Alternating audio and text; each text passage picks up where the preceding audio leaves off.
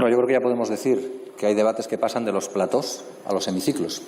Y si en los platós, en lo que hemos visto, por lo menos durante este verano, parecía evidente que la máxima era que ninguna verdad te estropee un buen titular, viendo la sarta de mentiras que han dicho, yo creo que aquí podríamos decir que ningunos datos reales ni veraces te estropeen ninguna obsesión. Sí, pese a los gestos, que además ya me dijo que iba a seguir haciendo cuando quisiera. Yo no voy a dar más datos que los que ya di el otro día, siquiera remarcaré alguno de los que di. Pero sí voy a señalar una cuestión, porque me parece que es la que subyace, es la que está en el fondo. Porque hoy estamos hablando de ocupación, otros días hablamos de inmigración y otros días hablaremos de si las mujeres denuncian maltratos falsos o no. Estamos hablando de la imposición de una agenda de la extrema derecha. Y lo triste, lo lamentable, es que en esta Cámara, quienes hasta ahora se contenían en la derecha han abrazado los postulados de la extrema derecha. Porque es muy fácil, es una secuencia lógica muy fácil, y van a ver cómo aquí también se cumple. La primera es encontrar un fenómeno, una tipología, incluso un problema, porque puede existir un problema en torno a la ocupación que nadie ha negado, pero que desde luego no dimensionamos como ustedes, y como segunda concatenación de la definición de ese fenómeno o problema, del señalamiento de ese fenómeno o problema, es la de magnificarlo. Magnificarlo con una cierta pretensión, tapar otras realidades que puedan ser paralelas a esa, pero resultan mucho más incómodas para los intereses de las élites. La tercera sucesión de esta lógica, una vez definido el problema o el fenómeno y señalada la magnificación para tapar otras realidades, es inocular todo el miedo que podamos a la población con todas las mentiras posibles, con todas las fake news posibles, para que así se genere un cierto estado de pánico. Y ante ese estado de pánico, y como cuarta sucesión y por tanto colofón de esta secuencia, lo que hacemos es generar leyes más autoritarias, leyes más regresivas en un Estado cada vez más autoritario y más controlador de derechos y libertades. Y eso se está cumpliendo a pies juntillas también en este tema, porque tenemos ya el fenómeno, la ocupación. Yo ya no voy a hablar de lo que significa el allanamiento de morada con respecto y diferencia a la usurpación. Lo hicimos en el debate anterior, esto no es Barrio Sésamo, cualquiera lo puede ver en ese debate. Pero ya aclarado eso, y aclarado creo que para todas las señorías que la usurpación y el allanamiento de moradas son dos cosas diferentes, aclarado eso, tendríamos que hablar entonces aquí de qué mecanismos legales nos incorporan como novedad para algo que ya tiene sus propios mecanismos legales, como se lo han señalado con anterioridad, en la Ley de Enjuiciamiento Civil o en el propio Código Penal, ya sea para un caso, el de la usurpación, ya sea para otro, el del allanamiento de morada. Bien, como eso les importa poco, pasamos a la segunda fase, que es la de la magnificación o la de aumentar la dimensión del fenómeno o el problema para así darle mayor sonoridad.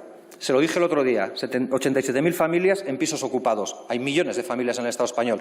Habría que ver que esas 87.000 familias, en muchos casos, son familias en situación de vulnerabilidad. Hay que ver las encuestas como las del Instituto Cerdá, también se lo señalé el otro día, que señalan que muchas son mujeres con hijos a su cargo. Señor Mazón, seguramente usted también cree que aquí no hay que hacer solo educación y pedagogía, sino no echarlas de su casa a patadas para que puedan tener un hogar digno para vivir con sus hijos e hijas. Pero le diré más. De las viviendas ocupadas en el 2019, 11.000 eran de los bancos. Del entorno 17.000 desahucios que se produjeron a la vez. Es decir, 11.000 ocupaciones, 17.000 desahucios. Pero el problema es la ocupación, nunca los desahucios. ¿Hablaremos de más? Se habla, y según el Consejo General del Poder Judicial, que yo no soy muy afecto a él, pero que seguramente en estos datos a lo mejor los podemos coger y no tendrían que disgustarles a ustedes. 33 desahucios al día por ocupación, algunos ni siquiera se sustancian porque obedecen a veces a contratos irregulares que no han sido tasados por ley, sino que eran bajo mano, frente a 160 desahucios. 160 desahucios frente a 33 ocupaciones. Y el problema es la ocupación, no son los desahucios. Ahí es donde ustedes completan a la perfección la fase 2, la de magnificar el problema para tapar otros. Y pasamos a la tercera, que es inocular miedo para llegar con más mentiras. Y aquí nos siguen una lógica diferente a la que siguieron con los inmigrantes. Nos decían que los inmigrantes nos quitaban las ayudas, pero luego va el Ministerio del Interior a través del INE y nos dice que el 74,6% de los perceptores de ayuda son españoles y el 25,4% son extranjeros. Pero, sin embargo, son los inmigrantes los que se quedan con las ayudas. Bien, también lo podríamos utilizar con las mujeres maltratadas.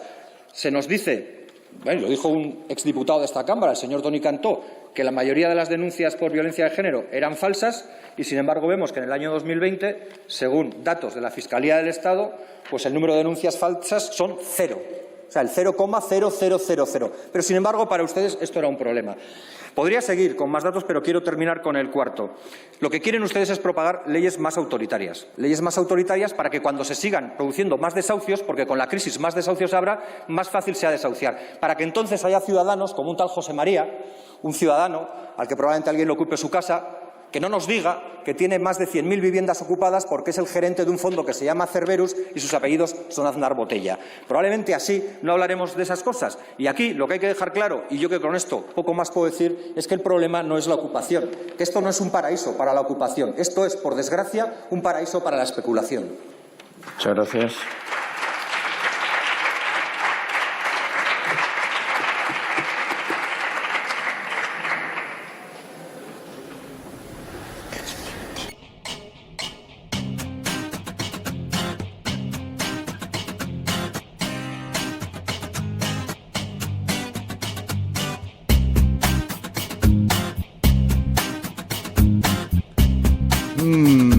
Wow.